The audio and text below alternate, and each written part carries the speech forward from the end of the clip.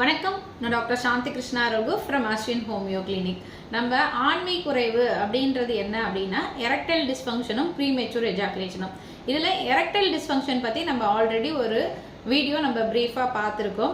இன்னைக்கு நம்ம premature ejaculation விந்து முந்துதல் இதுக்கான தீர்வுகள் பற்றி நம்ம தெரிஞ்சுக்கலாம்.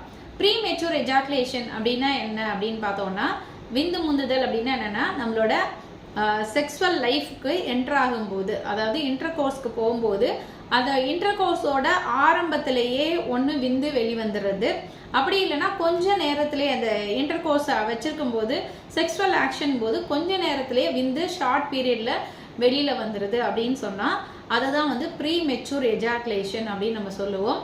ஸோ இது வர்றதுக்கு நிறைய காரணங்கள் இருக்கு. எக்ஸாக்ட் ரீசன் வந்து இன்னும் தெரியலன்னு கூட சொல்றாங்க.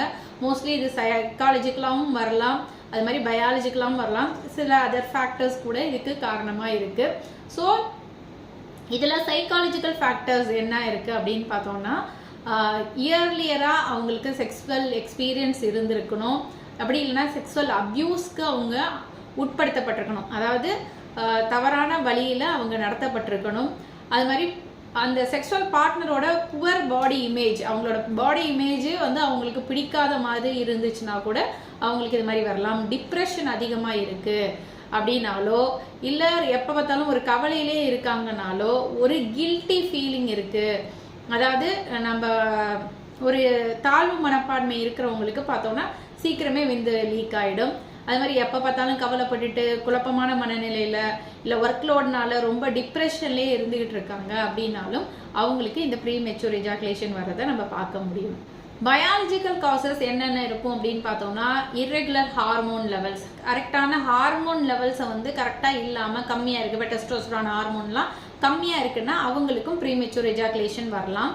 அது மாதிரி பிரெயின்ல சுரக்கக்கூடிய கெமிக்கல்ஸ், அதாவது செக்ஸுவல் ரிலேட்டடான கெமிக்கல்ஸ் நம்ம பிரெயின்ல செக்ரேட் ஆகும். ஸோ அந்த கெமிக்கல்ஸ்ல இர்ரெகுலாரிட்டி இருக்குனாலும் வரலாம்.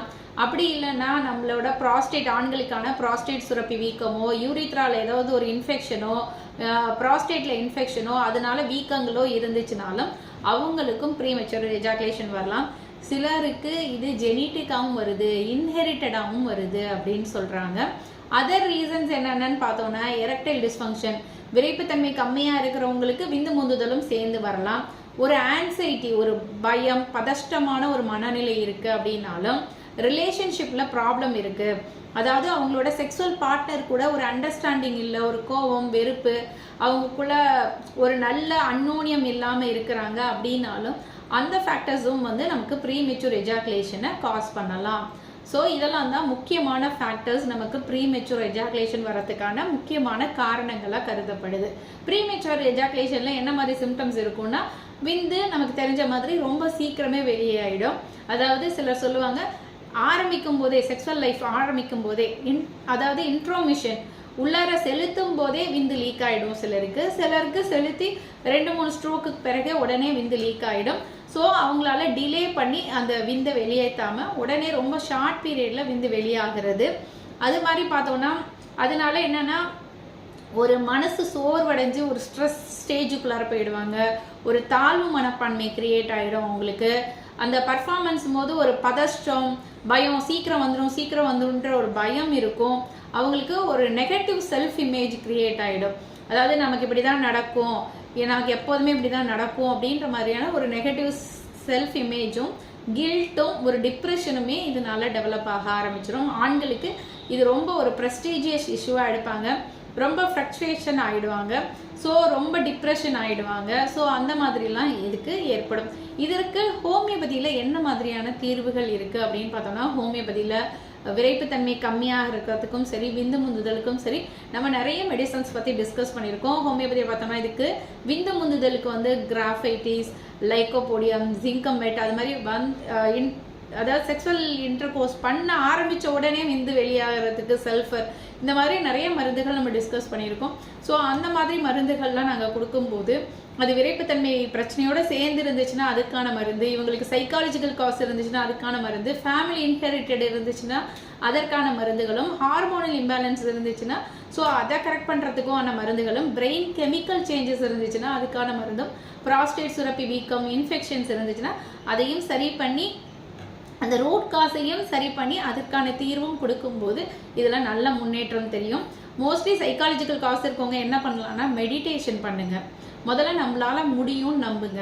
ஒரு கவுன்சிலிங் போங்க டாக்டர்கிட்ட. முதல்ல சைக்காலஜிக்கலாக தான் நிறைய பேருக்கு ஆண்களுக்கு சின்ன வயசில் வரக்கூடிய ஆண்களுக்கு பார்த்தோம்னா சைக்காலஜிக்கல் காஸ் தான் ப்ரிடாமினன்ட் காஸாக இருக்குது. ஸோ சைக்காலஜிக்கல் காசை ரிமூவ் பண்ணிட்டோம் அப்படின்னு சொன்னாலே அவங்களுக்கு இந்த விந்து முந்துதல் பிரச்சனையை சரி பண்ணுறதை பார்க்கலாம். ஒன்று என்னன்னா, அதாவது மேரேஜ் லைஃபுக்கு ஆரம்பிக்கிறதுக்கு முன்னாடியே ஒரு செக்ஸுவல் பார்ட்னரோட இன்டர்கோர்ஸில் இருப்பாங்க. ஸோ அப்போ என்னன்னா ஒரு பயத்திலேயே இருந்திருப்பாங்க. ஸோ அந்த பயத்தில் இருக்கும்போது அவங்களுக்கு விந்து முந்துதல் நடந்திருக்கும். ஸோ அந்த பயத்தில் என்ன ஆகிடுமோ ஏதாயிடுமோ, யாராவது பார்த்துருவாங்களோ, மாட்டிக்குவோமோ, ஏதாவது பிரச்சனை வந்துடுமோ, நோய் வந்துடுமோ, இந்த மாதிரியான மனக்குழப்பங்களோடு இருக்கும்போது விந்து முந்துதல் ஏற்பட்டிருக்கும் முதல் தடவையாக. ஸோ அவங்களுக்கு அது பிரெயினில் ஃபிக்ஸ் ஆகிடும். நமக்கு விந்து முந்துதல் எப்போதுமே இருக்கும் அப்படின்றத ஒரு பிரெயினில் ஃபிக்ஸ் பண்ணிக்குவாங்க. ஸோ அதனால நிறைய ஆண்களுக்கு விந்து முந்துதல் இளம் வயதில் இருக்கக்கூடிய ஆண்களுக்கு வரும். ஓல்ட் ஏஜில் பார்த்தோம்னா ப்ராஸ்டேட் சுரப்பி வீக்கத்தினால, இல்லை ஏதாவது இன்ஃபெக்ஷன் ஏற்படுது யூரித்ரால, ஸோ அந்த மாதிரி ரீசன்ஸ்னால அதிகமாக வரும். அடுத்து பார்த்தோம்னா டயபெட்டிஸ் முக்கியமான காரணம். டயபெட்டிஸை கண்டுக்காமல் விட்டுறோம் அப்படின்னு சொன்னால் இந்த டயபெட்டிஸ்னால நாளடைவில் எரெக்டல் டிஸ்ஃபங்க்ஷனும் ப்ரீமேச்சர் எஜாகுலேஷனும் நிச்சயமாக வரும். டயபெட்டிஸ்க்கு ப்ராப்பரான treatment, hyper tension, diabetes, cholesterol, so இதுக்கெல்லாம் நம்ம ப்ராப்பரான ஒரு ட்ரீட்மெண்ட் எடுத்துக்கணும். இது மட்டும் இல்லாமல் செக்ஸுவல் பார்ட்னரோட ஒரு கார்டியல் ரிலேஷன்ஷிப்பில் இருக்கும்போது இந்த விந்து முந்துதலை நம்ம தவிர்க்க முடியும். ஸோ ஒரு ப்ராப்பரான வாக்கிங், ஜிங்க் அதிகம் உள்ள மாமிச உணவுகள், சீட்ஸு, வெஜிடேரியன் சோர்ஸ் சாப்பிட்றவங்க சீட்ஸு, பன்னீர் சாப்பிடலாம், காஞ்ச திராட்சை, அத்திப்பழம், பேரிச்சம்பழம், அது மாதிரி பாதாம், பிஸ்தா, செவ்வாழை பழம், ஸோ இதெல்லாம் நம்ம ரெகுலராக இன்டேக்கில் எடுத்துகிட்டே வரலாம். ஸோ இது மாதிரி எடுத்துகிட்டு வந்துட்டு மெடிடேஷன் பண்ணுறது, கீகல் எக்ஸசைஸ், மெயினாக ஆண்கள் பண்ண வேண்டியது கீகல் எக்ஸசைஸ். நீங்கள் கூகுளில் கீகல் எக்ஸசைஸ்ன்னு போட்டிங்கனாலே நிறைய எக்ஸசைஸ் வரும். ஸோ அதை பார்த்து அந்த கீகல் எக்ஸசைஸ், உங்கள் கால்களை பட்டர்ஃப்ளை மாதிரி விரிக்கிறது நம்மளுடைய ஆன்மீகுறை வீடியோவில் சொல்லி கொடுத்துருக்கோம். அதை பார்த்து நீங்கள் செய்யலாம். ஸோ காலை பட்டர்ஃப்ளை மாதிரி விரித்து மூடுறது, ஸோ ஒரு சைடு படுத்துட்டு இது மாதிரி செய்கிறது, ரைட்டு லெஃப்டில் படுத்து செய்கிறது. ஸோ இதெல்லாம் நம்ம ப்ரீஃபாக ஒரு வீடியோ போட்டிருக்கோம், ஆண்மை குறைவுன்ற வீடியோவில் எக்ஸசைஸும் சொல்லி கொடுத்துருக்கோம். ஸோ அதை பார்த்து அந்த எக்ஸசைஸும் செஞ்சுக்கோங்க. ஹெல்த்தியான டயட் எடுத்துக்கோங்க, மெடிடேஷன் பண்ணுங்கள், மனசை காமாக வச்சுக்கோங்க. ஸோ சைக்காலஜிக்கல் ஸ்ட்ரெஸ் இருந்தால் அதை விட்டு வெளியில் வாங்க. அதே மாதிரி உங்களுக்கு செக்ஸுவல் லைஃப்குள்ளார ஈடுபடுறீங்கன்னா எந்த விதமான மனக்குழப்பங்களும் இருக்கக்கூடாது, டிப்ரெஷன் இருக்கக்கூடாது, ஸ்ட்ரெஸ் இருக்கக்கூடாது, கில்ட் இருக்கக்கூடாது. ஸோ இதெல்லாம் இல்லாமல் நீங்கள் வெளியில் வந்துட்டு செக்ஸுவல் லைஃப்பில் ஈடுபட்டீங்கன்னா உங்களுக்கு ப்ரீமெச்சூர் எஜாகுலேஷன் அப்படின்ற ஒரு பிரச்சனையே இல்லாத அளவுக்கு அழகாக சரி பண்ணிடலாம். இதுக்கு மாரல் மெடிசன்ஸ், அதாவது சைக்காலஜிக்கல் சிம்டம் சரியாகிறதுக்கும் ஹோமியோபதியில் அற்புதமான மருந்துகள் இருக்குது. ஃபிசியாலஜிக்கலாக பாடிலி ப்ராப்ளம், ஹார்மோன் இம்பேலன்ஸ் இருந்தாலும் அதையும் குணப்படுத்துறதுக்கு, ப்ராஸ்டேட் சுரப்பி வீக்கம் இருந்தாலும் சரி பண்ணுறதுக்கும் நல்ல மருந்துகள் இருக்குது. ஆண்களுக்கு மெயினாக ஆல்கஹால்னாலையும் டொபேக்கோ யூசஸ்னாலையும், அது மாதிரி போதை பழக்கங்கள் இருந்துச்சுன்னா அதனாலையும், சிகரெட் ஸ்மோக்கிங்னாலையும் ஆண்மை குறைவு பிரச்சனை ஏற்படும். ஸோ அதெல்லாம் இருந்துச்சுன்னா அதில் கொஞ்சம் கொஞ்சமாக இருந்து வெளியில் வந்துடுங்க. ஸோ அப்போ தான் நீங்கள் ஹெல்த்தியான செக்ஸுவல் லைஃப்குள்ளார இருக்க முடியும். ஸோ மறக்காமல் இந்த டிப்ஸ் எல்லாம் ஃபாலோ பண்ணிவிட்டு உங்களுக்கு ஆண்மை குறைவு பிரச்சனை இருந்துச்சுன்னா சைடு எஃபெக்ட் இல்லாத ஹோமியோபதி மருந்துகள் மூலமாக முழு குணம் பெறணும்னு கேட்டுக்கிறேன். நன்றி.